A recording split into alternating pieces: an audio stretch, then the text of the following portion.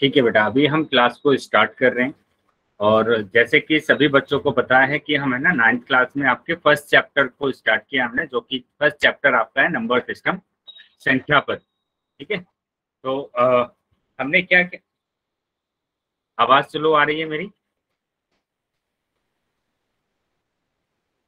बाकी बच्चे बताएंगे बेटा, बाकी बच्चे बताएंगे क्या मेरी आवाज ठीक आ रही है सभी को? Yes sir. चलिए, तो थोड़ा सा वेट करेंगे बेटा, मेरी आवाज बिल्कुल ठीक आने लगेगी आपको। ठीक है, 1-2 मिनट वेट करेंगे बेटा। और मैंने जैसे कि आपको बोला है कि आप है ना थोड़ा जो भी कुछ अगर आपको पूछना है तो आप कोशिश करेंगे कि चैट बॉक्स में आप पूछें। ठीक है,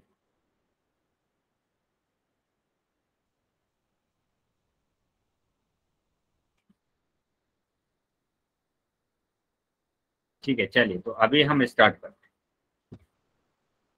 तो हमने 9th क्लास में जो फर्स्ट चैप्टर किया है उसके सारे ना बेसिक कंसेप्ट को हमने कवर किया था क्लासेस में। फिर उसके बाद हमने क्या किया, हमने रिवाइज किया चीज़ों को, जो भी चीज़ें हमने पढ़ी थी, जो भी बेसिक कंसेप्ट हमने पढ़े थे उनको हमने रिवाइज किया। उसके बाद हमने क्या किया, उसके बाद आपके जो क्लास में जो मतलब बुक का जो चैप्टर है आपके फर्स्ट, उसके टॉपिक को हमने कवर किया था लास्ट क्लास में, और उसी टॉपिक को हम आगे है ना बढ़ाएंगे। लेकिन उससे पहले बेटा ये चीजें आपको ध्यान रखनी है कि अगर पहले तो आपको अपना है ना माइक और ये कैमरा दोनों बंद रखना है। ठीक है, उसके बाद अगर आपको कोई भी सवाल है या कोई भी डाउट आपको होता है, या अगर आपको कोई भी आंसर टाइप करना होता है, तो वो आप कहाँ पर करेंगे, इन कॉल मैसेज में करेंगे। और इन कॉल मैसेज में कैसे जाते हैं, 3 बिंदु पर आपको क्लिक करना है, पहला ही ऑप्शन आपको इन कॉल मैसेज का मिल जाए। उसके बाद अगर आपसे कोई भी कॉल में क्वेश्चन पूछे जाते हैं तो उसके लिए आपको क्या करना पड़ेगा, लास्ट ऑप्शन आता है बेटा एक्टिविटी का। वो भी कब आएगा, जब आप 3 बिंदु पर क्लिक करेंगे तभी आएगा। ठीक है, जैसे ही क्लिक करेंगे तो उसके बाद आपके पास है ना पोल आ जाता है। पोल पर क्लिक करेंगे तो ये सारे ऑप्शंस आ जाएंगे, जिस भी ऑप्शन को आप ठीक समझते हैं उस पर टिक कर देना है और वोट कर देना। तो इस तरीके से आपके जो आंसर्स है ना वो हमारे पास आ जाएंगे। चलिए तो अभी हम आगे आ जाते हैं। तो लास्ट क्लास में हमने कुछ टॉपिक पढ़े थे। जैसे मैं टॉपिक की बात करूं कि क्लासिफिकेशन ऑफ नंबर हमने करा था, जिसमें हमने पढ़ा था नेचुरल नंबर, होल नंबर हमने पढ़ा था, और इंटीजर हमने पढ़ा था। उसके बाद हमने पढ़ा था रैशनल नंबर। ठीक है, फिर उसके बाद हमने पढ़ा इरेशनल नंबर, और उसके बाद हमने पढ़ा था रियल नंबर, वास्तविक संख्या। तो ये सारे नंबर हमने पढ़े हुए। ठीक है, तो हमने यहाँ पर एक ये टॉपिक है हमारे पास क्या, कि एक नोट है हमारे पास जो वास्तविक संख्या से आता है। क्या नोट है कि प्रत्येक वास्तविक संख्या को संख्या रेखा के एक अद्वितीय बिंदु से निरूपित किया जाता है। जैसे अगर मैं बात करूं, आप बताएंगे मेरे को कि हम लास्ट क्लास में ना ये पढ़ रहे थे कि वास्तविक संख्या क्या होता है। क्या सभी बच्चों ने वास्तविक संख्या पढ़ी है? क्या सभी बच्चों ने वास्तविक संख्या पढ़ी है बेटा?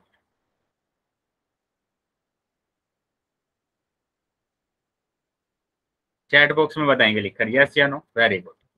तो वास्तविक संख्या सबने पढ़ी है। और क्या होती है वास्तविक संख्या, चैट बॉक्स में लिखकर बताएंगे बेटा सभी बच्चे। वास्तविक संख्या क्या होती है, रियल नंबर क्या होता है, रियल नंबर क्या होता है? चैट बॉक्स में सभी बच्चे लिखेंगे और बताएंगे कि क्या होते हैं बेटा रियल नंबर।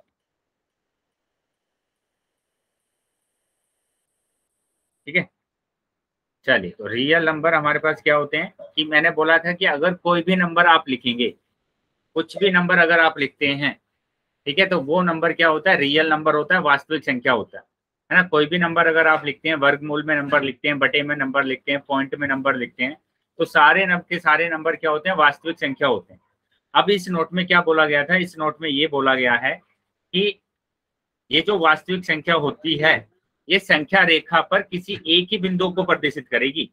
जैसे मैंने कहा कि 2 एक वास्तविक संख्या है, तो 2 सिर्फ एक ही जगह पर आ सकता है, 2 जगह पर नहीं आएगा। बस इतना सा बोला गया। ठीक है, जैसे मैंने लिखा अगर कि माइनस के 1/3, तो ये माइनस के 1/3 सिर्फ एक ही जगह पर आएगा और कहीं पर नहीं आएगा।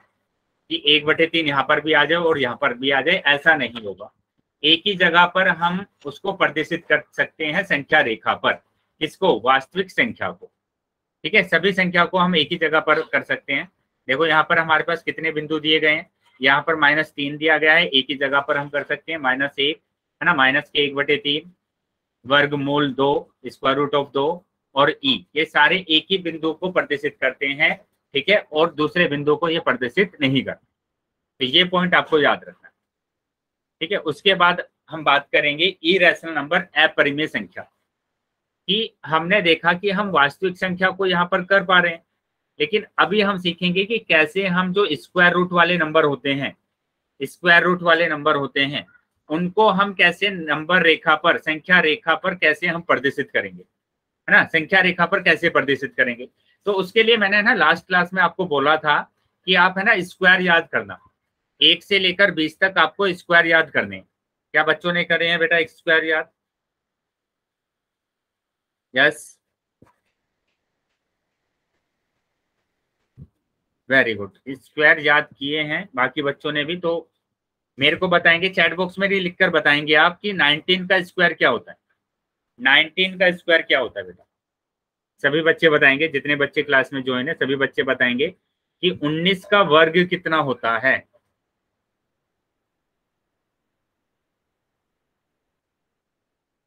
चलिए, अभी तक मेरे पास आंसर नहीं आया है, चैट बॉक्स में आंसर करेंगे सभी बच्चे कि 19 का जो वर्ग होता है वो कितना होता है।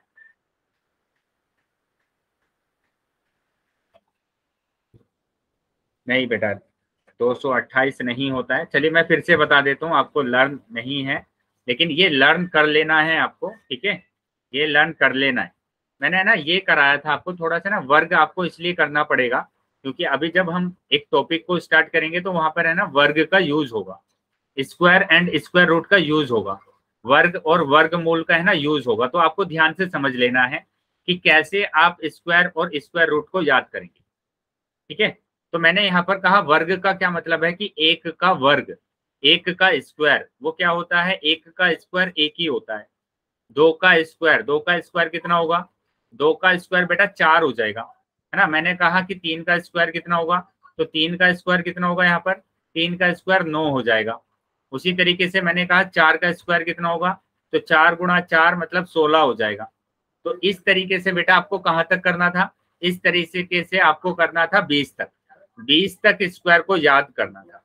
ठीक है, चलिए आप बेटा इनको है ना याद कर लेंगे, जिन बच्चों को मैंने बोला नहीं था। ठीक है, वो बच्चे इनको याद कर लेंगे। उसके बाद वर्गमूल क्या होता है, देखो वर्गमूल का मतलब होता है कि मैंने ये वर्गमूल, ये है ना नोटेशन है, ये सिंबल है किसका, वर्गमूल का। अगर हम एक का वर्गमूल की बात करेंगे तो एक का वर्गमूल क्या होता है, एक ही होता है, उसमें से एक ही बाहर आ जाएगा, है ना। उसी तरीके से मैंने कहा 4 का वर्गमूल क्या होगा, देखो यहाँ पर इनको है ना रिलेट करते जाना, है ना। एक का वर्गमूल 1, 4 का वर्गमूल कितना होगा, यहाँ पर देखो 2 होगा, तो 4 का वर्गमूल कितना होगा, 2। इसको लिख सकते हैं 2 गुणा 2। जब वर्गमूल के अंदर है ना एक ही नंबर 2 बार आ जाता है तो उसमें से एक बाहर हम निकाल लेते हैं, एक को हम बाहर निकाल लेते हैं। तो ये आ गया बेटा 4, स्क्वायर रूट ऑफ 4 का वर्गमूल कितना होता है, 2 होता है। उसी तरीके से मैंने लिखा अगर स्क्वायर रूट ऑफ 16 का वर्गमूल कितना होगा, बताइए। चैट बॉक्स में बताएंगे बेटा सभी बच्चे, चैट बॉक्स में सभी बच्चे बताएंगे कि स्क्वायर रूट ऑफ 16 का वर्गमूल कितना होगा। वेरी गुड, तो यहाँ पर अभी पता चल गया है सभी बच्चों को कि कितना होगा, 4 होगा, 4 होगा इसका वर्गमूल। ठीक है, तो इसी तरीके से आपको वर्गमूल भी 20 तक याद कर लेने हैं। कहाँ तक याद कर लेने हैं, 20 तक याद कर लेने हैं। तो यहाँ पर अगर हम 20 का निकालें, मतलब कि 20 का निकालने का मतलब 400 का वर्गमूल कितना होगा, 400 का वर्गमूल हो जाएगा बेटा 20 गुणा 20, 20 गुणा 20 मतलब कि 20 बाहर आ जाएगा, तो 20 होता है 400 का वर्ग। वेरी गुड, चलिए तो अभी बेटा आगे आ जाते हैं, अभी हम आ जाते हैं आगे। तो यहाँ पर देखो क्या बोला गया है कि square root of 2, square root of 2 को आपको यहाँ पर दर्शाना है कि कहाँ पर होगा स्क्वायर रूट ऑफ 2, ये बताना है आपको, है ना। अब इसको दर्शाने के लिए बेटा मेथड होता है, उस मेथड को आपको है ना याद रखना है कि किस तरीके से हम स्क्वायर रूट वाले नंबर को संख्या रेखा पर दर्शाते हैं, है ना। तो देखते हैं अभी संख्या रेखा पर हमें दर्शाना है इसको, ये संख्या रेखा है। तो उसके लिए मैंने क्या किया, उसके लिए आपको पता है ना वर्ग क्या होता है, स्क्वायर क्या होता है, स्क्वायर जिस आकृति की चारों भुजा बराबर होती है ना, जिस फिगर की चारों भुजा बराबर होती है उसको हम वर्ग बोलते हैं, स्क्वायर बोलते हैं। क्या चीजें क्लियर है बेटा? स्क्वायर सभी बच्चों को पता है? यस या नो? चैट बॉक्स में लिखेंगे बेटा, अगर पता है तो वाई लिखेंगे। Very good. चलिए, तो यहाँ पर देखो स्क्वायर में चारों भुजा बराबर होती है, जैसे ये वाली भुजा, ये भुजा, ये सारी भुजा आपस में क्या होगी? बराबर होगी, तो उसको बोला जाता है वर्ग। चलिए, वर्ग आपको पता चल गया। क्या आपको पता है बेटा समकोण किसको बोलते हैं? समकोण त्रिभुज। या पहले आप मेरे को बताइए समकोण क्या होता है? क्या कोई बच्चा बता पाएगा कि समकोण क्या होता है? Yes anyone? कोई भी बच्चा बता पाएगा कि जिसकी सभी भुजा समान हो। समकोण में, समकोण में बताने आपको समकोण। नहीं बेटा, देखिए समकोण क्या होता है बेटा? वर्ग में होता है सारी भुजाएं तो बराबर। समकोण, समकोण का मतलब होता है कि आपके पास एंगल कितने उसका होना चाहिए? डिग्री का, 90 डिग्री का होना चाहिए, वो होता है समकोण। जो भी एंगल 90 डिग्री का होता है उसको हम समकोण बोलते हैं। तो अभी समकोण समझ में आ गया बेटा सभी बच्चों के? और 90 डिग्री का एंगल पता है ना आपको कैसे बनता है? कि सीधी बनता है, सीधा एकदम ऐसे, ये 90 डिग्री का एंगल। तो जहां पर भी 90 डिग्री का एंगल होता है उसको हम बोलते हैं समकोण। ये 90 डिग्री का एंगल है तो ये एक समकोण है। अब आपको ये चीज समझना है, मैंने समकोण आपको बताया, अभी आप मेरे को बताएंगे कि त्रिभुज बताए बेटा आपको? त्रिभुज क्या होता है? त्रिभुज क्या होता है पता है आपको सभी बच्चों को? Yes sir. क्या होता है बेटा बताएंगे? ट्राइंगल। ट्राइंगल। ट्राइंगल मतलब तीन आकृतियों से, तीन भुजाओं से घिरी आकृति को हम क्या बोलते हैं? त्रिभुज बोलते हैं। तो ये त्रिभुज हो गया। ठीक है, सभी बच्चों को पता चल गया अभी कि तीन भुजाओं की आकृति से घिरे हुए क्षेत्र को हम क्या बोलते हैं? त्रिभुज बोलते हैं। अब मैं यहाँ पर आपसे ये पूछ रहा हूं, अब मैंने आपसे यहाँ पर ये पूछा कि समकोण त्रिभुज क्या होता है? क्या कोई बच्चा बता पाएगा कि समकोण त्रिभुज क्या होता है? सम वेरी गुड, मतलब वो सारे त्रिभुज जिसमें एक एंगल समकोण होता है, समकोण का मतलब 90 डिग्री होता है, उसको हम बोलते हैं समकोण त्रिभुज। सही? कि हमने क्या कहा कि कोई भी अगर त्रिभुज आपके पास है, कोई भी त्रिभुज अगर आपके पास है और उसमें एक एंगल आपका क्या बन रहा है? एक एंगल आपका बन रहा है 90 डिग्री, तो उसको बोला जाता है समकोण त्रिभुज। जैसे मैंने ये एक त्रिभुज बना दिया, इसमें 90 डिग्री है, तो इसी के इस त्रिभुज को हम क्या बोलेंगे? समकोण त्रिभुज बोलेंगे। क्या समझ में आया बेटा समकोण त्रिभुज अभी? Yes sir. चलिए, तो अगर समकोण त्रिभुज समझ में आया है तो अभी हम अपने टॉपिक पर आएंगे। देखो हमारा टॉपिक चल रहा था अपरिमेय संख्या, है ना, मतलब इरेशनल नंबर को हम कैसे प्रदर्शित करेंगे। वहां से हमें पहले समझना पड़ा कि समकोण त्रिभुज क्या होता है। तो यहाँ पर मैंने क्या बनाया? ये एक वर्ग बनाया। इस वर्ग में मैं अगर इनके विकर्ण को जोड़ देता हूँ, मतलब ओबी को आपस में जोड़ देता हूँ, तो ये दो त्रिभुज में डिवाइड हो जाएगा। ओबी को क्या किया मैंने? जोड़ दिया। ओबी को मैंने ऐसे जोड़ दिया, तो अब ये जो वर्ग है ये दो त्रिभुजों में डिवाइड हो गया है। और दोनों त्रिभुज कैसे हैं बेटा? समकोण त्रिभुज है। देखो ये सीधा एंगल बन रहा है ना, जहां पर सीधा एंगल बनता है एकदम, वो 90 डिग्री का एंगल होता है, वो 90 डिग्री का एंगल होता है। क्या चीजें समझ में आई बेटा? देखो यहाँ पर भी 90 डिग्री का एंगल बन रहा है। तो ये दोनों के दोनों जो त्रिभुज हैं, वो दोनों के दोनों त्रिभुज कैसे हैं? समकोण त्रिभुज हैं। चीजें क्लियर है बेटा सबको? Yes sir. चलिए, तो अगर चीजें क्लियर है, अब अभी समकोण त्रिभुज में आपको एक प्रॉपर्टी को समझना है, एक नियम को समझना है। क्या नियम होगा बेटा वो? अभी एक नियम को आप समझेंगे, वो नियम है बेटा पाइथागोरस थ्योरम। पढ़ी है क्या सबने? क्या पाइथागोरस प्रमेय पढ़ा है सबने? चलिए, तो अगर नहीं भी पढ़ा है तो मैं एक बार फिर से बता देता हूं कि क्या होता है पाइथागोरस प्रमेय। हम बात करें किसकी? पाइथागोरस प्रमेय। पाइथागोरस प्रमेय, है ना। तो पाइथागोरस प्रमेय में बेटा समकोण त्रिभुज, जब आपके पास समकोण त्रिभुज होगा तभी हम पाइथागोरस प्रमेय को लगा सकते हैं, अदरवाइज हम नहीं लगाएंगे। हाँ बेटा बोलिए। स्क्रीन नहीं दिख रही है क्या? बाकी बच्चों को स्क्रीन दिख रही है बेटा? Yes sir. चलिए तो मैं यस एक सर। काम करता हूँ अभी, जिस भी बच्चे को स्क्रीन नहीं दिख रही है मैं ना फिर से स्क्रीन को है ना फिर से मतलब प्रेजेंट करता हूँ, ठीक है?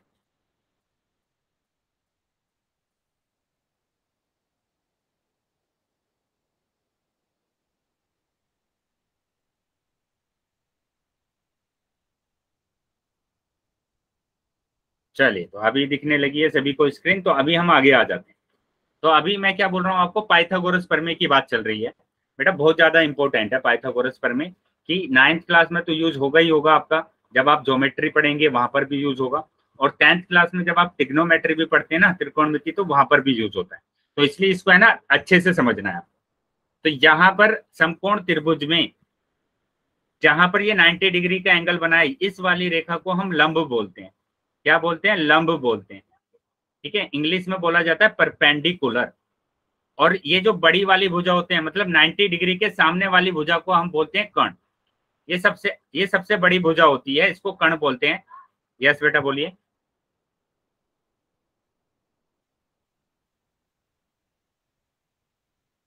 हाँ बिल्कुल, आप कंटिन्यू मतलब लास्ट यस तक सर। रहेंगे क्लास तक, ठीक है?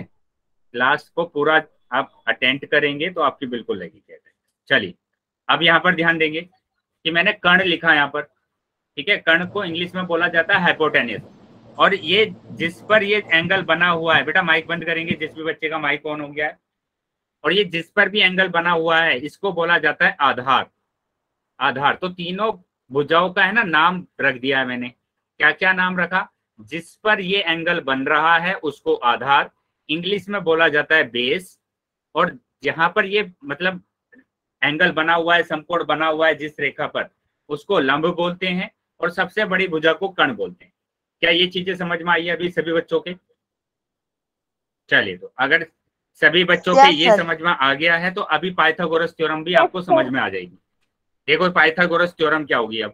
Yes sir. वेरी गुड बेटा। अभी बस चैट बॉक्स में मैंने बोला था ना आपको कि चैट बॉक्स में आपको ज्यादा से ज्यादा आंसर करने। तो यहाँ देखो बेटा पाइथागोरस प्रमेय क्या है कि बड़ी वाली भुजा का स्क्वायर, मतलब बड़ी वाली भुजा क्या है? कर्ण। तो कर्ण का स्क्वायर बराबर होता है किसके? लंब का स्क्वायर प्लस आधार का स्क्वायर। ये बेटा आपका आ गया पाइथागोरस थ्योरम। ऐसा लिखा जा सकता है, या फिर आप ऐसा भी लिख सकते हैं कि कर्ण का होल स्क्वायर बराबर आधार का स्क्वायर, आधार का स्क्वायर प्लस लंब का स्क्वायर, प्लस लंब का स्क्वायर। क्योंकि हमें पता, देखो मैंने आगे पीछे किया है, बस ऑर्डर को चेंज किया है। क्योंकि हमें पता है कि अगर हम 2+3 करें या फिर 3+2 करें तो दोनों का आंसर है ना बराबर आता है। दोनों का आंसर 5 ही आ रहा है। तो जोड़, जब हमारे पास एडिशन होता है तो हम आगे पीछे कर सकते हैं। तो बात एक ही है, दोनों दोनों फॉर्मूले हमारे पास क्या है? एक है, सेम है, कोई चेंजेस नहीं। क्या पाइथागोरस थ्योरम समझ में आ गई है बेटा सभी को? सभी बच्चे बेटा 5 सेकंड दे रहा हूँ बेटा, 5 सेकंड में सभी बच्चे अपना स्क्रीनशॉट ले लेंगे इसका, और फिर हम आ जाते हैं आगे। Yes sir. सभी बच्चे स्क्रीनशॉट ले लीजिए। वेरी गुड बेटा। चलिए तो अगर स्क्रीनशॉट सबने ले लिया है तो अभी हम आगे आ जाते हैं।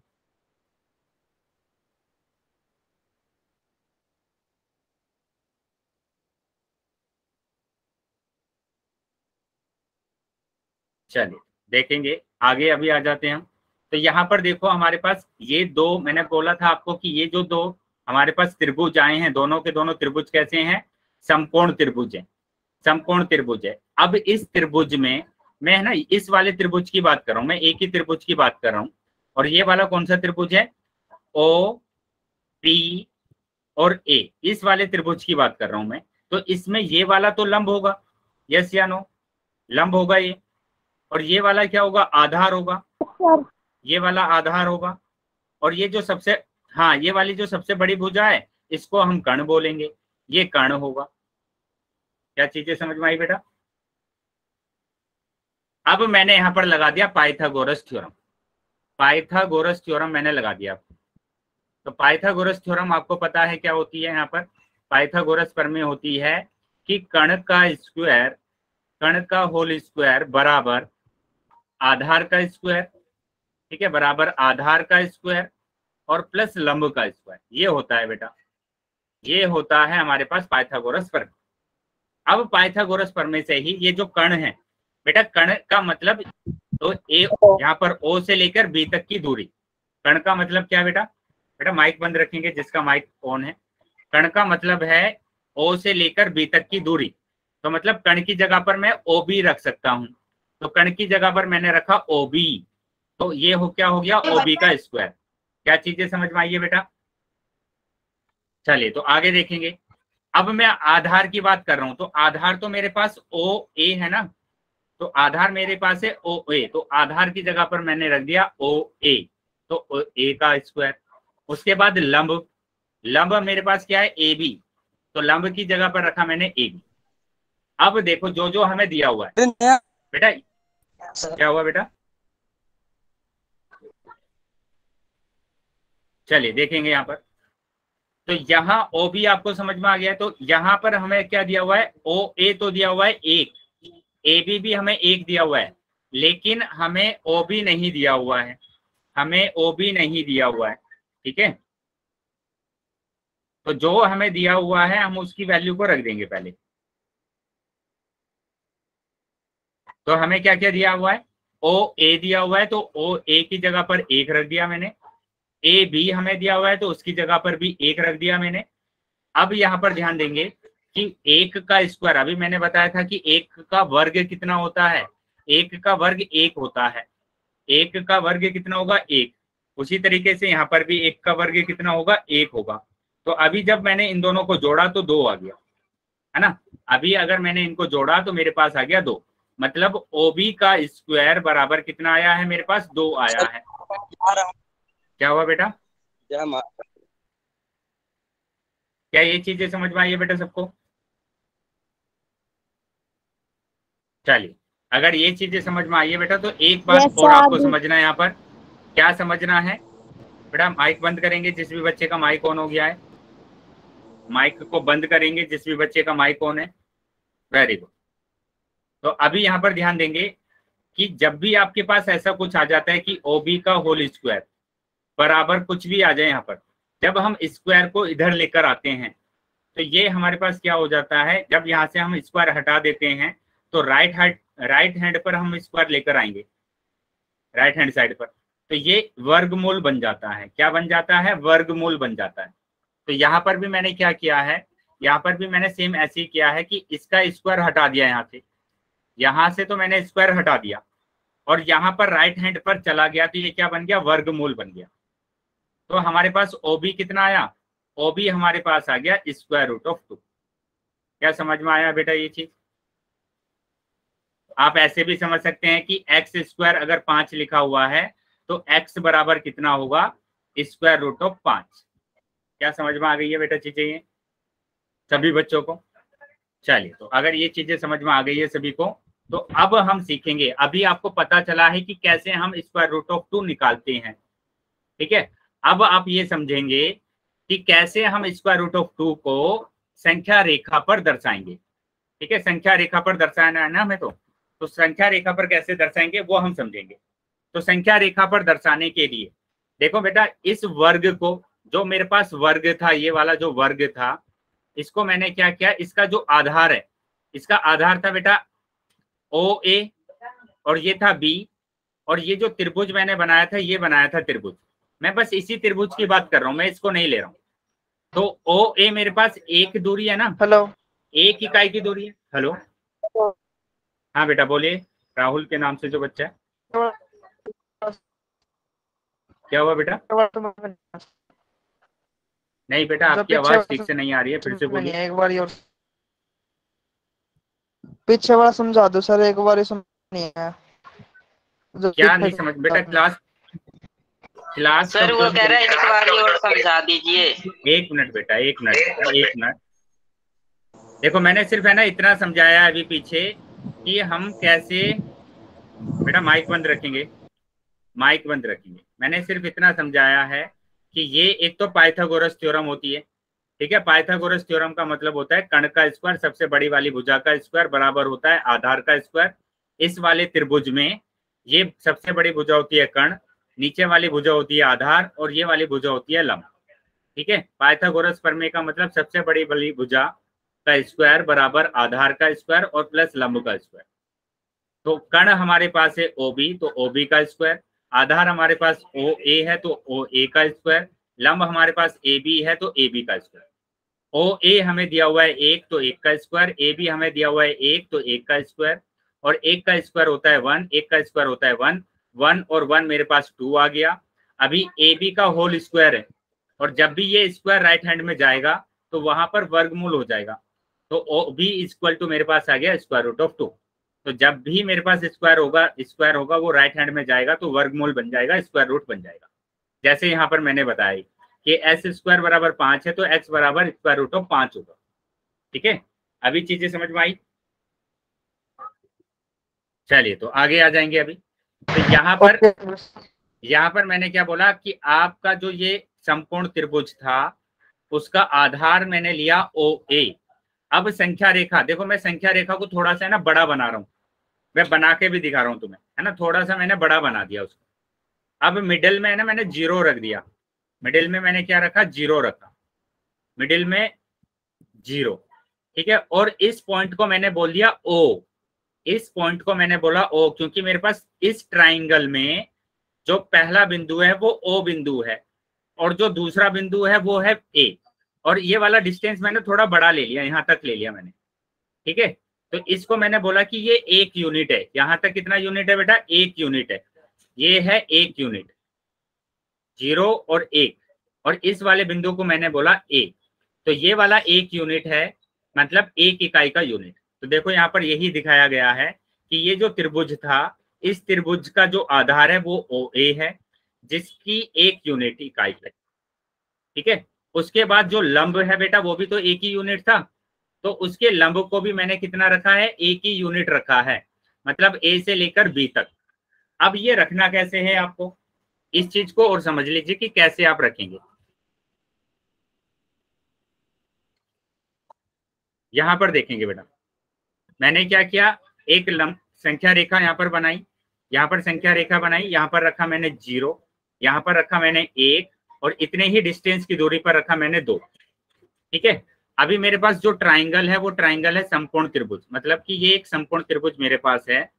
ठीक है, ये मेरे पास O, ये A, ये B, ये जो दूरी है वो 1 है, ये वाली दूरी 1 है, और ये वाली दूरी है स्क्वायर रूट ऑफ 2। बेटा यही तो आया था मेरे पास, OB जो आया था वो स्क्वायर रूट ऑफ 2 आया था। ठीक है, अब यहाँ पर मैंने O1 का तो 1 यूनिट रखा, मतलब ये तो 1 यूनिट रखा मैंने, 1 इकाई, जो कि मेरे पास क्या है, ये O है, और ये वाला बिंदु मेरे पास A है। ठीक है, ये वाला बिंदु मेरे पास A है, तो ये मैंने रख दिया यहाँ पर इसका आधार। अभी इसके लंब को रखना है बेटा, जो लंब है वो 90 डिग्री का कोण है ना, और 90 डिग्री का कोण आपको बनाना आता है, आप D से बना सकते हैं 90 डिग्री का कोण, तो सीधा सीधा आता है आपको बनाना। 90 डिग्री का कोण कैसे बनाते हैं बताएंगे बच्चा, क्या 90 डिग्री का कोण बनाना आता है सबको? Yes sir. चलिए तो वेरी गुड।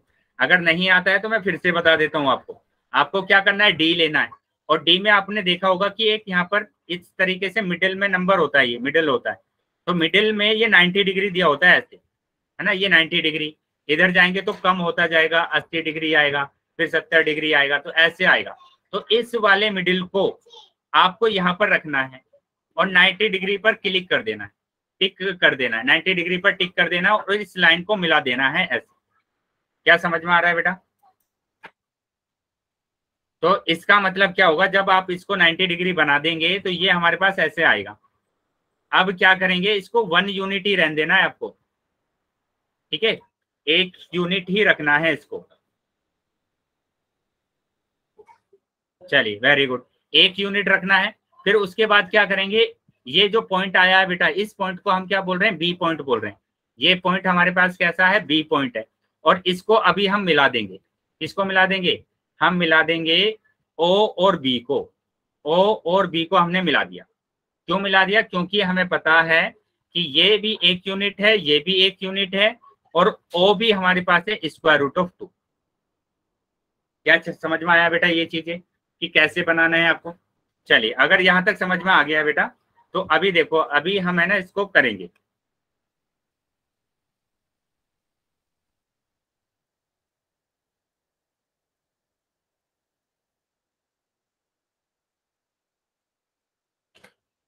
एक मिनट रुकेंगे बेटा, मैं फिर से है ना स्क्रीन को प्रेजेंट कर रहा हूँ, है ना, स्टॉप करके फिर से मैं प्रेजेंट कर रहा हूँ। अभी 1 मिनट रुकेंगे सभी।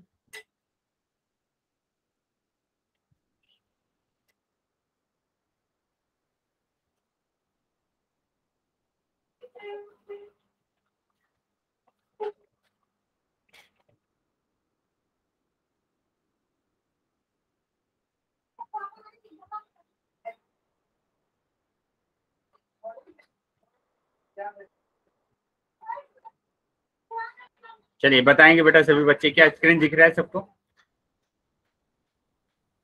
Yes sir. चलिए, अगर सभी बच्चों को स्क्रीन दिख रहा है तो अभी हम आ जाते हैं।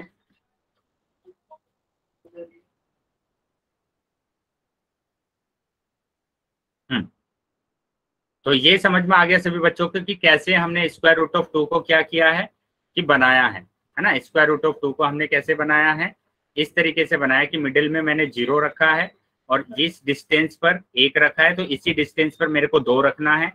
और उसके बाद मेरे को क्या करना है, यहाँ पर यहाँ पर O पॉइंट है मेरे पास, ये A पॉइंट है और ये वाला डिस्टेंस 1 यूनिट है। फिर मेरे को 90 डिग्री का एंगल बनाना है, 90 डिग्री का एंगल बनाना है। ये मैंने 90 डिग्री बनाया है यहाँ पर इस पॉइंट पर, और ये वाला जो पॉइंट है इसको ज्वाइन कर देना है। इसको ज्वाइन कर देना है, इस वाले पॉइंट को ज्वाइन कर देना। तो ये जो पॉइंट आएगा मेरे पास, ये पॉइंट आ जाएगा बेटा बी, इसको बोलेंगे बी। और ये जो डिस्टेंस होता है ये भी 1 यूनिट है, ये वाला डिस्टेंस है स्क्वायर रूट ऑफ 2। अब देखो क्या करना है आपको। अभी बेटा आप करेंगे, आपको क्या दर्शाना है कि स्क्वायर रूट ऑफ 2 दर्शाना है ना, और कहाँ पर दर्शाना है, नंबर लाइन पर। तो नंबर लाइन पर तो यहीं पर कहीं पर नंबर होना चाहिए, है ना, इसी पर कहीं पर नंबर होना चाहिए स्क्वायर रूट ऑफ 2। जैसे मैं बोल दूं कि यहाँ पर होना चाहिए, तो यहाँ पर आना चाहिए स्क्वायर रूट ऑफ 2 ऐसे, है ना। मैंने बोला कि स्क्वायर रूट ऑफ 5 है तो स्क्वायर रूट ऑफ 5 ऐसे आना चाहिए।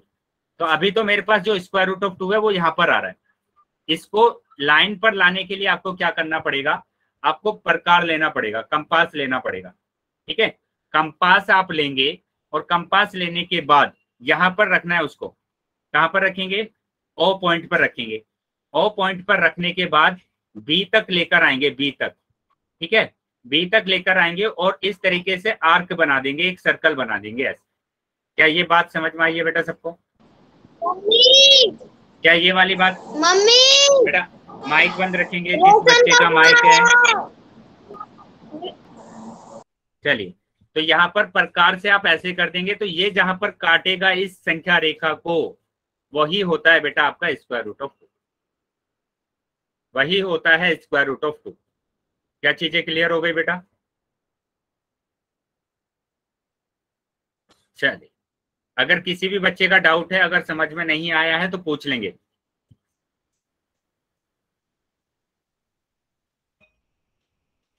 वेरी गुड, मतलब सभी को समझ में आ गया है कि कैसे आप स्क्वायर रूट ऑफ 2 निकालेंगे। बेटा अगर आपको स्क्वायर रूट ऑफ 2 निकालना आ गया है तो इसी तरीके से हमें स्क्वायर रूट ऑफ 3 भी निकालना है, स्क्वायर रूट ऑफ 4 भी निकालना है, स्क्वायर रूट ऑफ 5 भी निकालना है। तो अभी हम आ जाते हैं आगे। तो अभी देखो यहाँ पर बोला गया है कि आप स्क्वायर रूट ऑफ 3 को निकाल कर बताइए, स्क्वायर रूट ऑफ 3 को निकाल कर बताइए कि स्क्वायर रूट ऑफ 3 कहाँ पर आएगा। स्क्वायर रूट ऑफ 2 तो हमने देख लिया, स्क्वायर रूट ऑफ 2 तो हमने देख लिया, अभी हमें देखना है स्क्वायर रूट ऑफ 3 कहाँ पर आएगा। यस यस बोलिए बेटा। चलिए तो देखेंगे अभी, अभी हम क्या बात कर रहे हैं, हमें निकालना है क्या, स्क्वायर रूट ऑफ 3 निकालना है ना, कि स्क्वायर रूट ऑफ 3 कहाँ पर आएगा। देखो ये वाला त्रिभुज तो आपको बनाना ही है, ये तो हमारे पास बना ही रहेगा, है ना। अब मैंने क्या किया कि इस वाले बिंदु पर बी पर एक 90 डिग्री का कोण बनाया, एक समकोण त्रिभुज बनाया, है ना। तो ये 90 डिग्री है, यहाँ पर दिख रहा है आपको। कैसे बनाएंगे बेटा, मैं बता देता हूँ, इसको रफली बता देता हूँ आपको। किससे बनाना है, डी से आप बना सकते हैं। कैसे बनाएंगे कि डी को आपको यहाँ पर रखना है, इस बिंदु पर ऐसे आप डी रखेंगे। ठीक है, ये डी आप रखेंगे ऐसे, तो ये मिडिल में से जो होता है, मिडिल में ऐसे रखना है बेटा डी को, और ये 90 डिग्री आपको शो करेगा यहाँ पर ऊपर, ऊपर ये 90 डिग्री शो करेगा ऐसे। ठीक है, तो इस लाइन को मिला देंगे। क्या ये बात समझ में आई है बेटा, कैसे बनाना है आपको 90 डिग्री एंगल? तो ये 90 डिग्री अगर एंगल आप बना देंगे, उसके बाद आप क्या करेंगे, आपको ये जरूर याद रखना है कि ये अगर एक यूनिट है तो यहां से लेकर यहां तक भी एक ही यूनिट होना चाहिए, है ना। यहां से लेकर यहां तक भी आपके पास कितना यूनिट होना चाहिए, एक ही यूनिट होना चाहिए। अब इस यूनिट को जैसे अगर आप स्केल में देखेंगे, अगर आप स्केल से इसको बनाएंगे तो वहां पर तो 1 सेंटीमीटर बहुत छोटा होता है। कितना छोटा होता है 1 सेंटीमीटर? तो फिर 2 सेंटीमीटर हो जाएगा, 3 सेंटीमीटर हो जाएगा, 4 सेंटीमीटर हो जाएगा, तो वहां पर हम देख नहीं पाएंगे। तो इसलिए हम क्या करते हैं, हम ये करते हैं कि हम या तो 3 सेंटीमीटर का एक यूनिट मान लेते हैं, 3 सेंटीमीटर का एक यूनिट मान लेते हैं, या फिर 4 सेंटीमीटर का एक यूनिट मान लेते हैं, ताकि चीजें सभी हमें अच्छे से दिख जाए। क्या समझ में आया बेटा? 4 यूनिट का मतलब कि यहां से लेकर यहां तक मैंने एक यूनिट माना है इसको, 4 सेंटीमीटर का एक यूनिट। चीजें क्लियर है बेटा सबको? चलिए, तो अगर सभी चीजें क्लियर हैं तो अभी मैंने क्या किया बेटा, माइक बंद कर लेंगे, माइक बंद कर लेंगे। देखो अभी मैंने क्या किया, इसमें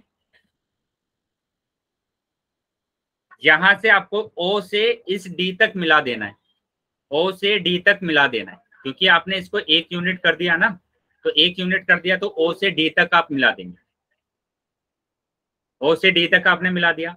अब यहाँ पर ये चीज आपको समझनी है कि ये जो त्रिभुज है, ये वाला जो त्रिभुज है, ये वाला त्रिभुज 90 डिग्री का है, 90 डिग्री का है, तो इसका मतलब क्या होगा बताइए? ये एक समकोण त्रिभुज है। इसका मतलब क्या है? ये एक समकोण त्रिभुज है। क्या चीजें समझ में आ रही है बेटा? तो अगर समकोण त्रिभुज है तो ये वाला तो आधार हो जाएगा, ये वाला तो आधार हो जाएगा, और ये वाला हो जाएगा लंब, और ये हो जाएगा हमारे पास कर्ण, सबसे बड़ी भुजा कर्ण। अब हम पाइथागोरस लगा देंगे फिर से। तो जिसको पाइथागोरस समझ में नहीं आया था वो फिर से देख लीजिए कि पाइथागोरस प्रमेय अगर हमें लगाना है तो हम कैसे लगाते हैं। कर्ण का स्क्वायर बराबर आधार का स्क्वायर, ठीक है, आधार का स्क्वायर प्लस लंब का स्क्वायर। तो यहां पर ध्यान देंगे कि कर्ण तो हमारे पास OD है, O से लेकर D तक कर्ण है, तो OD का स्क्वायर, है ना। आधार हमारे पास O से लेकर B तक है, तो OB का स्क्वायर, और लंब हमारे पास B से लेकर D तक है, तो BD का स्क्वायर। ठीक है, अब यहां पर समझिए, तो OD का स्क्वायर तो हमें नहीं पता, OD का स्क्वायर तो हमें निकालना है, OD तो हमें निकालना है, लेकिन हमें OB तो पता है ना। OB कितना है? कौन बच्चा बताएगा बेटा OB कितना दिया हुआ है? √2। वेरी गुड, स्क्वायर रूट 2 दिया हुआ है। देखो बेटा यहाँ पर दिया हुआ है ना, स्क्वायर रूट ऑफ 2 कितना है? OB है, तो OB की जगह पर स्क्वायर रूट ऑफ 2 रखा और इसका स्क्वायर। उसके बाद BD हमारे पास कितना है बेटा? BD को मैंने बोला है कि 1 ही सेंटीमीटर लेना है, मतलब 1 ही यूनिट रखना है आपको, तो ये 1 यूनिट है, तो BD की जगह पर 1 यूनिट आ गया। अब एक नोट बनाकर लिख लीजिए बेटा इस चीज को, कि जब भी आप किसी भी स्क्वायर रूट का स्क्वायर करते हैं तो ये स्क्वायर इस रूट को कैंसिल कर देता है और हमारे पास वही नंबर आता है। ठीक है, नोट बनाकर लिख लीजिए इसको कि अगर स्क्वायर रूट ऑफ x का होल स्क्वायर है तो इसका मतलब क्या होगा, x आपके पास आएगा। क्या चीजें क्लियर है बेटा?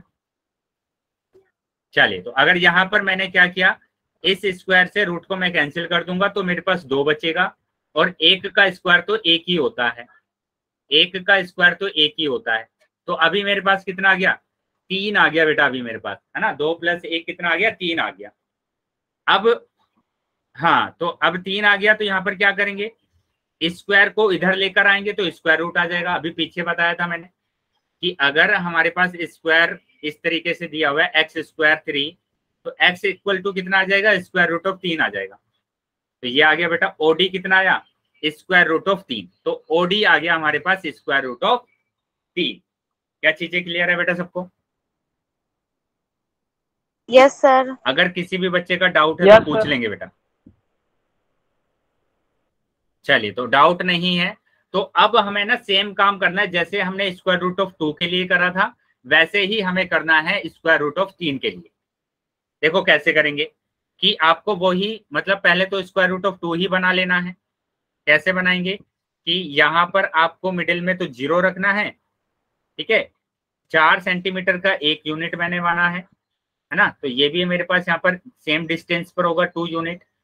तो ये तो मेरे पास आ गया आधार, ठीक है। ये मेरे पास आ गया उसका लंब, ठीक है। और ये आ जाएगा मेरे पास कर्ण, तो मतलब ये भी एक यूनिट होगा और ये हो जाएगा स्क्वायर रूट ऑफ 2। और उसके बाद मैंने इस पर है ना एक लंब खींचा था ऐसे ऐसे, ठीक है। ये लंब खींचा था, ये मैंने बी ले लिया है, ये ए पॉइंट है, ये ओ पॉइंट है। और इसको अगर मैंने मिला दिया ऐसे, कहाँ से, ओ से मैंने मिला दिया इसको, तो ये वाला जो पॉइंट है वो डी पॉइंट है, ठीक है। तो ये एक यूनिट, ये एक यूनिट, ये भी एक यूनिट, और ये अभी हमने निकाला था स्क्वायर रूट ऑफ 3। लेकिन स्क्वायर रूट ऑफ 3 मेरे को कहां पर चाहिए, संख्या रेखा पर चाहिए, है ना। जैसे मैंने कहा कि ये संख्या रेखा है, तो इसी संख्या रेखा पर मेरे पास स्क्वायर रूट ऑफ 3 आना चाहिए, जैसे यहाँ पर। तो उसके लिए फिर से वही काम करना है, आपको प्रकार लेना है, ठीक है। कंपास आप लेंगे और कंपास के पॉइंट को यहाँ पर रखेंगे। कहाँ पर रखना है पॉइंट, यहाँ पर रखना है 0 पर। क्या समझ में आया बेटा, कहाँ पर रखना है पॉइंट को, 0 पर। उसके बाद यहाँ से डी पॉइंट से बेटा, जहां पर स्क्वायर रूट ऑफ 3 है, डी पॉइंट से आपको क्या करना है, आर्क लगाने। यस बेटा बोलिए। स्क्रीन नहीं दिख रही है, बाकी बच्चों को दिख रही है बेटा स्क्रीन? चलिए, तो मैं फिर से एक बार स्क्रीन स्टॉप करके शेयर करता हूं, तो आपको दिखने लगेगी, ठीक है। 1 मिनट वेट करेंगे, 1 मिनट वेट करेंगे।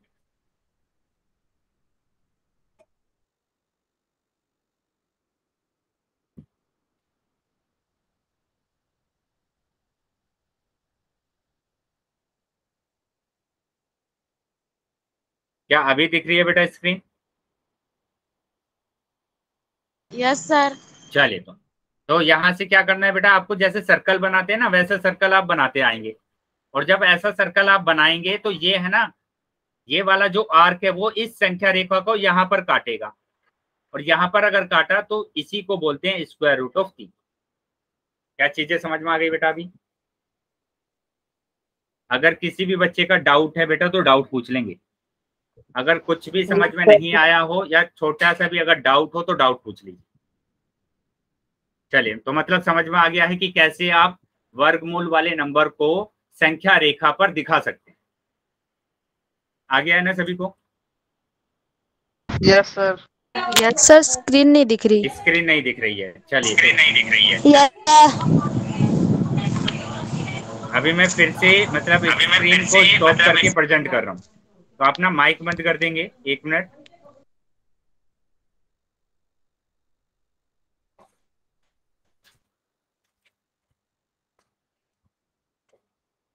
अभी बेटा स्क्रीन दिख रही है सबको? Yes sir.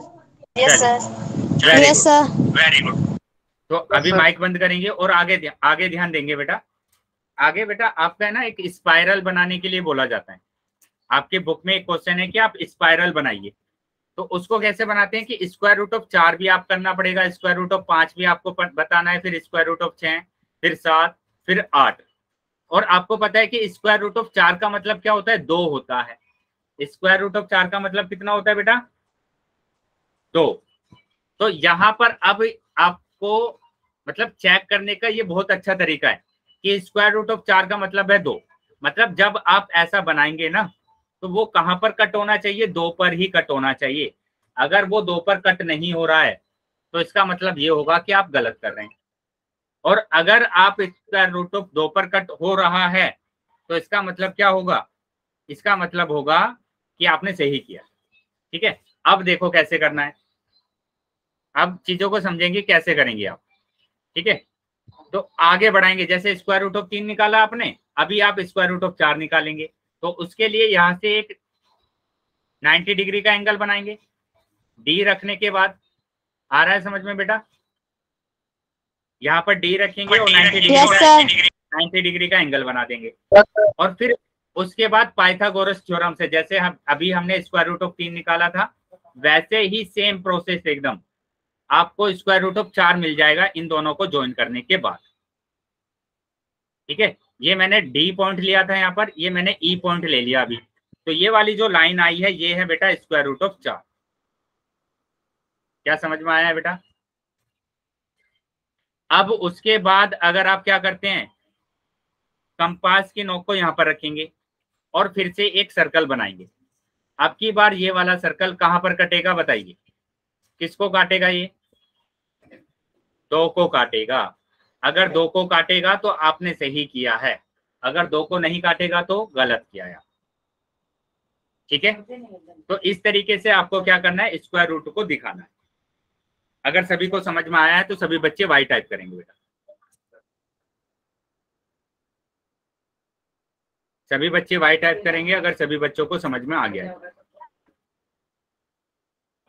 वेरी गुड, चलिए तो आगे आ जाते हैं। फिर अभी हम आ जाते हैं आगे। तो देखो यहाँ पर दिखाया भी गया है ये इसी तरीके से, ठीक है, कि यहाँ पर आ रहा है आपका स्क्वायर रूट ऑफ 2। देखो यहाँ से एक सर्कल बनाया गया था, आर्क लगाया गया था, ठीक है। उसके बाद ये हमारा टॉपिक कंप्लीट हो गया। अभी हम आएंगे अपने टॉपिक पर, जो कि टॉपिक है हमारे पास decimal expansion of real number. ठीक है, वास्तविक संख्याओं का दशमलव प्रसार। तो वास्तविक संख्याओं का दशमलव प्रसार देखेंगे कि दशमलव प्रसार का मतलब कि हमारे पास 2-3 तरीके के प्रसार होते हैं। कि एक तो ऐसा प्रसार होता है कि पॉइंट आया खत्म हो गया, एक प्रसार ऐसा होता है कि पॉइंट आया और ये चलता जा रहा है नंबर, एक ही नंबर चलता जा रहा है। दूसरा ऐसा होगा कि हमारे पास पॉइंट आएगा और नंबर है ना अलग अलग चलते जाएंगे, खत्म ही नहीं होंगे। तो इस तरीके के प्रसार हमारे पास होते हैं। तो इन सभी प्रसारों को हमें क्या करना है, समझना है। चलिए तो पहले देख लेते हैं हम कि अभी हमारा जो टॉपिक है वो 5वां टॉपिक चल रहा है ना। ये 4 टॉपिक हमने कवर कर लिए हैं, अभी हम 5वें टॉपिक पर आ गए हैं, जो कि है decimal expansion of real number. ठीक है, दशमलव का प्रसार। तो जैसे यहाँ पर देखो 1/7 लिखा हुआ है, 1/7 लिखा हुआ है, तो भाग करना तो सबको आता है ना। भाग करना सबको आता है कि 7 से भाग करना है 1 को, तो नहीं कर पाएंगे ना बेटा इसको। 7 से हम 1 को भाग नहीं कर पाएंगे, तो हमें क्या करना पड़ेगा, पॉइंट लगाना पड़ेगा और 0 बढ़ाना पड़ेगा। तो अभी क्या आ जाएगा, अभी आ जाएगा 7 एकम 7। अभी आ गया बेटा 7 एकम 7। ठीक है, तो यहाँ पर देखो इसी तरीके से ये वाला भाग करना है आपको। यह थोड़ा मैं करके दिखा देता हूँ ताकि आपको ये चीजें पता चल जाए। ठीक है, 0.1 मैंने यहाँ पर लिख दिया कि 7 एकम 7। मेरे पास बचा 3, माइनस करने पर फिर से 0 बढ़ा देंगे तो 7 चौक 28, 7 चौक 28 माइनस करेंगे तो 2 आ जाएगा, फिर से 0 लगा दिया मैंने तो 7 दूनी 14। बेटा माइक बंद करेंगे जिस भी बच्चे का माइक ऑन है, 6 बचेगा, फिर से 0 बढ़ा दिया मैंने, 7 8 56। ठीक है, 7 8 56, तो ये आ गया बेटे पास 4। ठीक है, फिर से 0 मैंने बढ़ाया तो आपकी बार आ जाएगा 7 पंजे 35, 7 पंजे 35 आया तो माइनस करेंगे 5 बचेगा, 0 बढ़ा देंगे फिर से 7 7 49, है ना, 7 7 49, और मेरे पास क्या बचा, 1 बचा आपकी बार, फिर से 0 बढ़ा दिया मैंने। अब यहां से देखो बेटा मेरे पास आ गया फिर से, क्या हुआ बेटा, हाँ फिर से रिपीट होने लग गया। वही चीज मैं यहाँ पर बता रहा हूँ कि 49 के बाद यहाँ से क्या हो रहा है, ये नंबर रिपीट हो रहा है। इसके बाद ये नंबर है ना रिपीट हो रहा है कि 1 4 2 8 5 7, तो इसके आगे भी यही नंबर आएंगे 1 4। हाँ बेटा यही नंबर आए, नहीं बेटा बार बार नहीं करेंगे, आप सुनिए क्या करना है आपको। इसके बाद आपके पास रिपीट होगा नंबर, कैसे रिपीट होगा उस चीज को आप समझिए पहले। तो अभी आप भाग कर लेंगे ना सिंपल, तो मैंने उसको हटा दिया, उस भाग को मैंने हटा दिया। अभी देखो बेटा ये नंबर आ जाएगा, भाग करने के बाद ये नंबर आपके पास आया था, इसके बाद ये नंबर है ना रिपीट होना शुरू होगा, यही नंबर आएगा 1 4 2 8 5 7, फिर से यही नंबर आएगा 1 4 2 8 5 7, फिर से यही नंबर आएगा। तो इस तरीके से ये रिपीट होता चला जाएगा। क्या हुआ बेटा, एक संख्या छोड़ दी मैंने, कौन सी छोड़ी है, नहीं बेटा वो रिपीट में आ गया ना, वो रिपीट होने लग गया। ये रहा यहाँ पर 1, आ रहा है समझ में। जो वो 1 आया था वो यहाँ से रिपीट होना शुरू हो गया है। चलिए तो Yes, अभी sir. समझेंगे यहाँ पर। तो ये रिपीट हो रहा है ना, आप एक चीज इतना से समझिए कि अगर 3 रिपीट हो रहा है, ये 3 रिपीट हो रहा है रिपीट। अगर कोई भी नंबर रिपीट होता है तो उस नंबर को हम ऐसे लिख देते हैं, उसके ऊपर बार लगा देते हैं या फिर हम पॉइंट लगा देते हैं। इसका मतलब होता है कि ये नंबर है ना रिपीट हो रहा है, बार बार आ रहा है ये नंबर। क्या चीजें समझ में आ रही है बेटा? Yes, sir. तो यहाँ पर भी हमने क्या किया कि 0.142857 के ऊपर बार लगा दिया मैंने। तो इसका मतलब होगा कि ये नंबर अब रिपीट हो जाएगा। ठीक है, क्या चीजें क्लियर है बेटा सभी बच्चों को? चलिए Yes, sir. अगर सभी बच्चों को ये चीजें क्लियर है तो अभी बेटा हम आ जाते हैं। Hello hello Yes, sir. Hello sir. Hello, hello sir, हाँ बेटा बोलिए। अर्जेंट सर, अर्जेंट कॉल आ रही कोई। प्रेजेंट कोई मेरे पास। बेटा आप, हाँ तो ले लीजिए आप। चलिए तो यहाँ पर क्या करना है बेटा आपको कि ये नंबर दिख रहा है आपको, देखो यहाँ से रिपीट होना शुरू हो गया है ना। इसके बाद ये नंबर फिर से रिपीट हो रहा है, फिर से ये रिपीट हो रहा है। तो ऐसे ही रिपीट होता चला जाएगा, है ना, ऐसे ही ये नंबर रिपीट होता चला जाएगा। ये अलग अलग आपको दिखाया भी गया है। और ये नंबर अगर रिपीट हो रहा है तो इसको हम क्या बोलते हैं, the quotient repeat after some time. भागफल में अंकों की पुनरावृत्ति हो रही है। तो भागफल में क्या हो रही है, अंकों की पुनरावृत्ति हो रही है, मतलब वो नंबर है ना फिर से रिपीट हो रहा है। ठीक है, बस इतना याद रखना है। तो ये हमारे पास क्या आया है, 1 4 2 8 5 7 के बाद ये नंबर रिपीट हो रहा है। ठीक है, ये नंबर क्या हो रहा है, रिपीट हो रहा है। चलिए अभी आपको पता चल गया कि रिपीट का मतलब क्या है, पुनरावृत्ति का मतलब क्या है। और अगर आपके पास ऐसा कोई नंबर लिखा गया है तो इसका मतलब आप समझ जाएंगे कि ये नंबर है ना रिपीट हो रहा है। अभी इसको देखते हैं हम, इसको देख लेते हैं। 3 से भाग करना है किसको, 10 को। तो 3 तिया 9, है ना, 1 बचेगा। पॉइंट लगा दिया मैंने, 0 बढ़ा दिया। फिर से 3 तिया 9, फिर से मेरे पास 1 आया, फिर से 0, फिर से 3 तिया 9।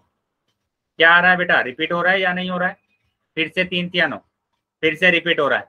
तो ये 3.33333333333333 आता जाएगा, रिपीट होता चला जाएगा नंबर। ठीक है, तो यहाँ पर ये नंबर क्या हो रहा है, रिपीट हो रहा है। तो यहाँ पर जो क्वोशिएंट में मतलब कि भागफल में जो पुनरावृत्ति हो रही है अंकों की, वो किस में हो रही है, वो 3 में हो रही है, वो 3 की हो रही है। ठीक है, किस अंक की हो रही है, 3 अंक की हो रही है। चलिए अभी हम बात करेंगे 7/8 की। 7/8 की हम बात करते हैं। तो 7/8 की अगर हम बात कर रहे हैं तो 8 से भाग करना है 7 को, नहीं कर पाएंगे। और नहीं करा तो 0 लगा के पॉइंट लगाया और यहाँ पर 70 हो गया। तो 8 अट्ठे 64, 8 अट्ठे 64 आ गया। माइनस करेंगे तो 6, 8 सत्ते 56, है ना, 8 सत्ते 56 होगा। और 56 हुआ तो मेरे पास आ गया 4, 4 बचा। यहाँ पर आया 8 पंजे 40, 8 पंजे 40। अब देखो यहाँ पर ये पूरा कैंसिल हो गया, मेरे पास शेषफल क्या आया है, 0 आया है। तो ये हमारे पास एंड हो गया ना, तो ये रिपीट हो रहा है और ये खत्म भी हो गया। क्या चीजें क्लियर है बेटा सबको? Yes, sir. चलिए अगर ये चीजें क्लियर है सभी बच्चों को तो इसको क्या बोलते हैं हम, इसको बोलते हैं बेटा, ये जो हमारे पास आया है क्वोशिएंट मतलब भागफल, ये कैसा भागफल है, ये बेटा भागफल सीमित है और शेषफल 0 आया है। ये सीमित है, असीमित नहीं है, सीमित है।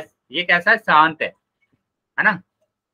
इसको हम क्या बोलते हैं, और शांत भी हम बोल सकते हैं कि ये शांत प्रकार का मतलब क्या है, डेसिमल एक्सपेंशन है। ठीक है, वो जो हमने पढ़ा था वो अशांत पढ़ा था, वो अशांत था, वो मतलब चलता ही जा रहा था। लेकिन ये यहाँ पर स्टॉप हो गया है, खत्म हो गया। ठीक है बेटा, चलिए तो आगे आ जाते हैं बेटा अभी। तो यहाँ बेटा एक चीज आपको समझना है, क्या लिखा गया है, the remainders either become 0 after a certain stage और स्टार्ट रिपीटिंग देमसेल्व्स। कुछ चरण के बाद शेष या तो 0 हो जाता है या स्वयं की पुनरावृत्ति करना प्रारंभ कर देता है। ठीक है, या तो क्या हो जाएगा, वो 0 आएगा या वो पुनरावृत्ति करने लगेगा। ठीक है, चलिए देख लेते हैं क्या कह रहा है यहाँ पर। तो यहाँ पर 7/8 का जो शेषफल आया था वो शून्य आया था, ठीक है, शून्य आया था। अगर ये शून्य आया है और दूसरे में देखो क्या आ रहा है, 10/3 और 1/7 में क्या आया था हमारे पास, पुनरावृत्ति हो रही थी। क्या हो रही थी, पुनरावृत्ति हो रही थी, ठीक है। तो शेषों की पुनरावृत्ति श्रृंखला में प्रविष्टियां की संख्या भाजक से कम होती है। तो वहां पर जो प्रविष्टियां लिखा जाता है वो किससे कम होती है, वो भाजक से कम होती है। तो देखो यहाँ पर जो भाजक है, भाजक पता है बेटा आपको, 7 लिखा गया है ना, 7 लिखा गया है। तो यहाँ पर जो प्रविष्टियां लिखी गई हैं देखो कितनी है, 1 2 3 4 5 6, तो 6 है बेटा। ये क्या है, इससे कम है, ठीक है। 3 है यहाँ पर, तो 3 की जो पुनरावृत्ति हो रही है वो यहाँ पर 1 ही आ रहा है। तो इसका मतलब जो हमारे पास प्रविष्टियां लिखी जाती है वो भाजक से हमेशा कम होती है, ये चीज बोली गई है। क्या ये समझ में आया बेटा सभी को? Yes sir. चलिए, यस सर। Very good. तो यहाँ पर भी देख लो, यहाँ पर क्या ये लिखा हुआ है भागफल, ये लिखा हुआ है भाजक, है ना। तो यहाँ पर हमारे पास जो प्रविष्टियां आई है वो कितनी आई है, कितनी एंट्री आई है, 1 ही एंट्री आई है। 3 ही तो रिपीट हो रहा है, ये 3 ही तो रिपीट हो रहा है, और 3 तो इस मतलब ये वाला 3 एक ही बार रिपीट हो रहा है, तो ये इस 3 से छोटा है ना। चलो इसको हम दूसरे वाले उससे देखते हैं। जैसे अगर हम 7 की बात करते हैं तो यहाँ पर कब रिपीट होना शुरू हुआ है, वो यहाँ से 1 2 3 4 5 6 एंट्री के बाद रिपीट होना शुरू हुआ है। और ये जो 6 है ये 7 से क्या है, छोटा है, 7 से क्या होगा, छोटा होगा। चलिए, तो ये ध्यान रखना है बेटा हमेशा आपको। चलिए आगे आ जाएंगे अभी। तो यही चीज यहाँ पर दिखाई भी गई है कि ये 6 है ना, 7 से छोटा है। अब देखो क्या बोला है, यदि शेषों की पुनरावृत्ति होती है तो भागफल में भी अंकों का एक पुनरावृत्ति खंड प्राप्त होता है। देखो इसको उदाहरण से ही समझ लेते हैं। यहाँ पर क्या बोला गया है कि यहाँ पर यदि शेषों की पुनरावृत्ति होती है तो भागफल में भी अंकों का एक पुनरावृत्ति खंड प्राप्त होता है।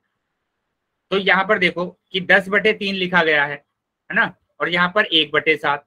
तो भागफल हमारे पास कितना आ रहा है, भागफल हमारे पास आ रहा है 3.333, और यहाँ पर भागफल आ रहा है 0.142857। तो यहाँ पर एक जो हमारे पास विशेष खंड है इसकी रिपीट क्यों होगी, मतलब ये पुनरावृत्ति खंड है। यहाँ पर पुनरावृत्ति खंड कौन सा है, ये वाला 3 है। तो ये वाला जो 1 4 2 8 5 7 है ये एक पुनरावृत्ति खंड है, और इस वाले में सिर्फ एक ही हमारे पास नंबर है जो पुनरावृत्ति खंड है। क्या समझ में आया बेटा सभी को? सर। चलिए तो आगे आ जाते हैं अभी। अब देखो यहाँ पर 2 केसेस दिए गए हैं। द रिमाइंडर शेष शून्य हो जाता है अगर, और दूसरा खंड क्या है, शेष कभी भी शून्य नहीं होता है। तो अगर शेष शून्य हो जाता है उसकी बात कर लेते हैं पहले।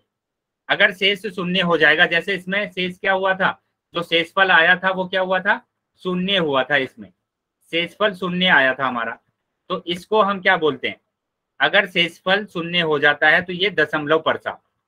ये क्या है बेटा, दशमलव प्रसार। इसको दशमलव प्रसार हमने बोला, जिसमें हमारे पास शेषफल क्या आ गया था, शून्य आ गया था। क्या चीजें क्लियर है बेटा? Yes sir. चलिए तो आगे आ जाते हैं बेटा अभी। तो ये हमारे पास क्या है, दशमलव प्रसार है। जैसे 1/2 की भी अगर हम बात करेंगे तो यहाँ पर भी शेषफल कितना आएगा, शून्य आएगा। यहाँ पर भी शेषफल कितना आता है, शेषफल कितना आता है बेटा, शून्य आता है। यस। हेलो सर, क्लास का टाइम चेंज हो गया क्या? नहीं बेटा, क्लास का टाइम तो चेंज नहीं हुआ है, 7 से 8 ही टाइम है आपका, इसलिए बोल रहा था मैं, कभी चेंज हो गया टाइम। नहीं बेटा, अभी बस ये थोड़ा सा एक टॉपिक रह गया, इसको खत्म करते हैं और क्लास को ओवर करते हैं, ठीक है? Okay sir, okay. चलिए, तो ये शेष शून्य हो जाता है, ये आपको पता चल गया है। अगर शेषफल शून्य हो जाता है तो उसको हम क्या बोलते हैं, दशमलव प्रसार बोलते हैं। चीजें क्लियर है बेटा सभी को? देखो यहाँ पर लिखा भी गया है, यहाँ पर लिखा भी गया है कि एक दशमलव प्रसार। चलिए अभी बताएंगे सभी बच्चे। बेटा यहाँ तक समझ में आया है सबको? Yes sir. अगर किसी भी बच्चे का अगर डाउट है बेटा तो डाउट के लिए रुक जाएंगे। Yes sir. अगर डाउट नहीं है तो क्लास को लीव कर देंगे बेटा, अभी हमारी क्लास को ओवर करने का टाइम है। बाय बेटा। सर एक बता दो। ठीक है बेटा, आप रुक जाएंगे क्लास में। Good night sir, bye sir. Bye sir. Bye बेटा, Good night, bye. Bye sir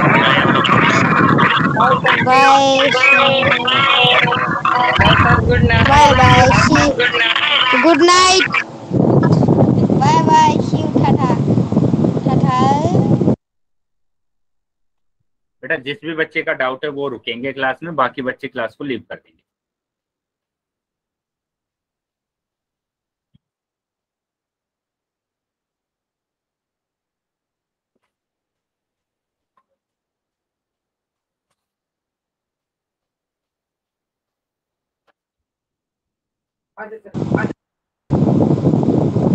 बेटा अगर किसी भी बच्चे का डाउट है तो क्लास में रुकेंगे, वरना क्लास से लीव कर देंगे।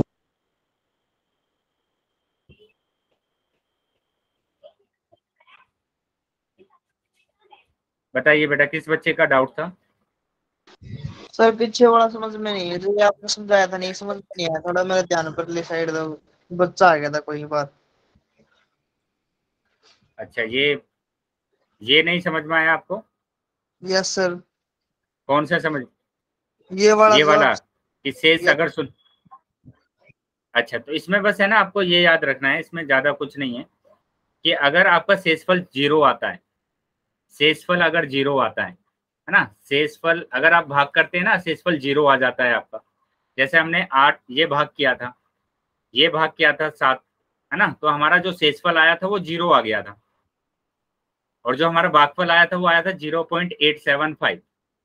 तो अगर शेषफल 0 आ जाता है तो उसको हम दशमलव प्रसार बोलते हैं, बस इतना याद रखना है। बस इतना मैंने बताया कि उसको क्या बोलेंगे, दशमलव प्रसार। ठीक है, अभी समझ में आ गया बेटा? ओके सर, आ गया सर। चलिए, बाकी किसी भी बच्चे का अगर डाउट है तो पूछ लेंगे, वरना क्लास को लीव कर। बाय सर जी। बाय बेटा।